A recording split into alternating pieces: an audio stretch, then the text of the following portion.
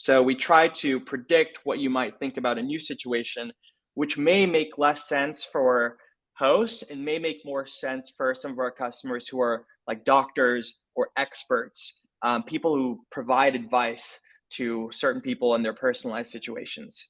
Who is Delphi's typical customer? Who? Coaches, content creators, CEOs, especially CEOs have tons of employees who ask them questions on like, how should I think about the business? How should I think about our customers? So they want to clone themselves to scale themselves. And now Airbnb hosts.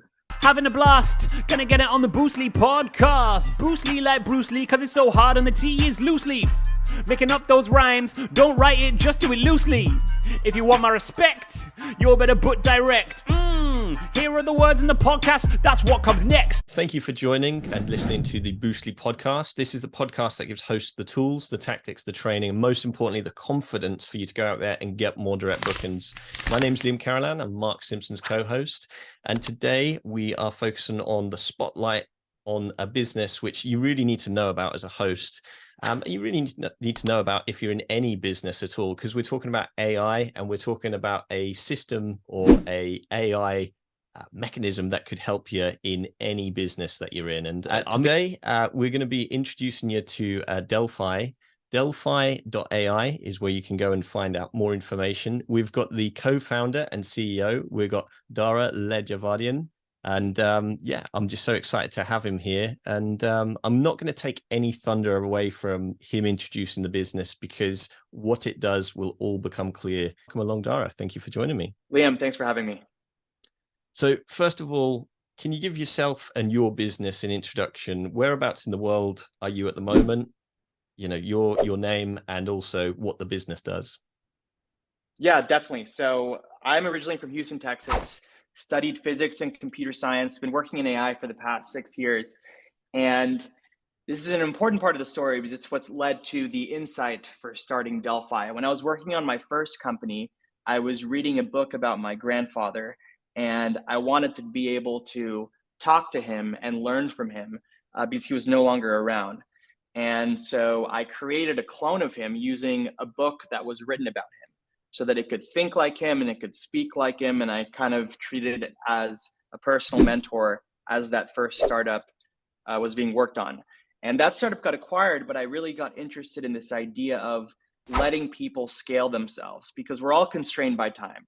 You're either no longer around, or you're someone who's very busy, gets the same questions over and over again, and you obviously cannot attend to each person individually in a personalized way.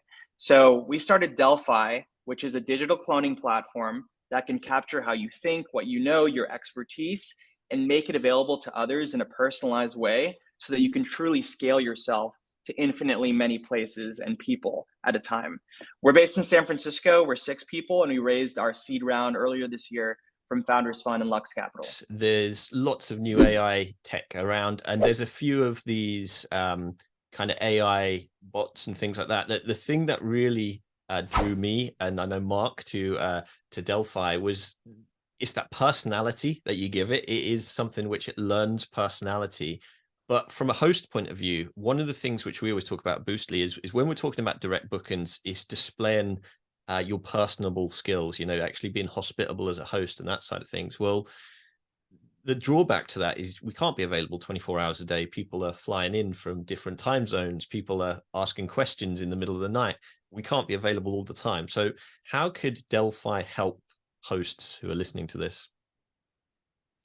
Yeah, so as a host, that connection with the person is important, and making them feel like you're available for them and they're not just having to find the docs of like the place that they're staying at. So with Delphi, not only can it answer questions, but it becomes more personalized to the people that use it over time. So if before someone asked about the pricing of a property, it'll know that later on and can use that to make the information that it provides more detailed based on where the gaps might have been previously. So with a clone, you can put it on your website, you can add it to a phone number. We're going to be releasing clone calling in a couple of weeks, which also allows them to call your clone. It can speak in your voice as well. The goal isn't to trick these people into thinking they're talking to you, but more offer access where there previously was none. and them having like unlimited access to your brain and trusting that this is an accurate representation of you. That's the challenge that we're solving. Can we create an accurate representation of you digitally? And how much work is involved? Because one of the things that I worry about, certainly as a host, I mean, I'm concentrating on my hosting business, trying to get more direct bookings. How much time and effort does it take to clone yourself? Anywhere from 30 minutes to a day, depending on how much content you have. So we have integrations with Google Drive, OneDrive, Dropbox, Notion, Twitter, files, audio files, YouTube videos, podcasts. And we have a very easy interface for you to drag those in and upload it to your clone. And then from there, you just got to decide where do you want your clone to live? Is it Slack? Is it a phone number? Is it on your website? And that's it. There's no maintenance from there. We have an analytics dashboard to help you understand what are the questions people are asking. And maybe you can use that kind of data to actually improve your property and improve your communications with your with the stays. One of the worries I have is, what if somebody asks a question that it doesn't know the answer to, or that I've not fed in the information? What happens then? So two things will happen. One, we have a field that puts a custom message when the clone is unable to answer a specific question. And we have a strictness score. So if you want high strictness so that the clone only says things that it has been trained on, you can increase that strictness score and it'll say, I don't know, reach out to me at this email. And it'll notify you as the clone owner, hey, someone asked a question that you can't answer, so that you can pay attention to that customer personally. You can almost prioritize who to pay attention to based on the questions that they're asking.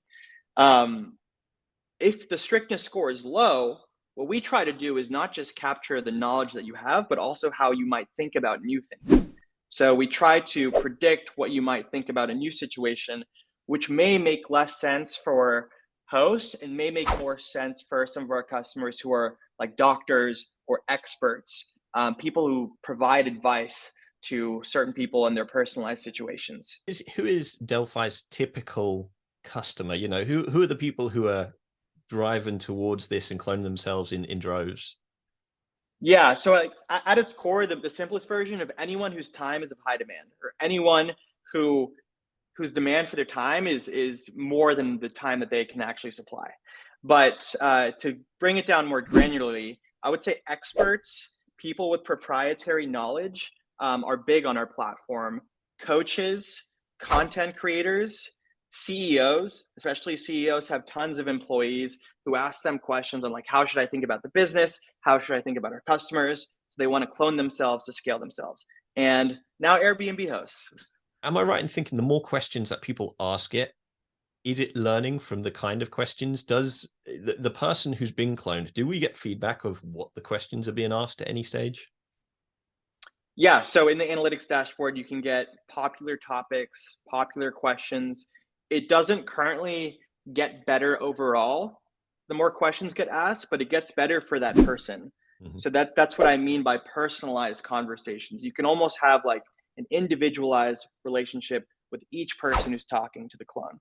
Where do you think the future of this, what's the potential? What will the future hold? There is so much on our product roadmap, and it just gets larger and larger every day because we're constantly coming up with new ideas. In the short term, the clone calling, making the voice realistic. And probably a year from now, we could also probably do video, so you can FaceTime and like have like a real-time conversation. I think what becomes interesting is when we get really good at predicting what someone might say in a new situation if the clone doesn't know anything about it.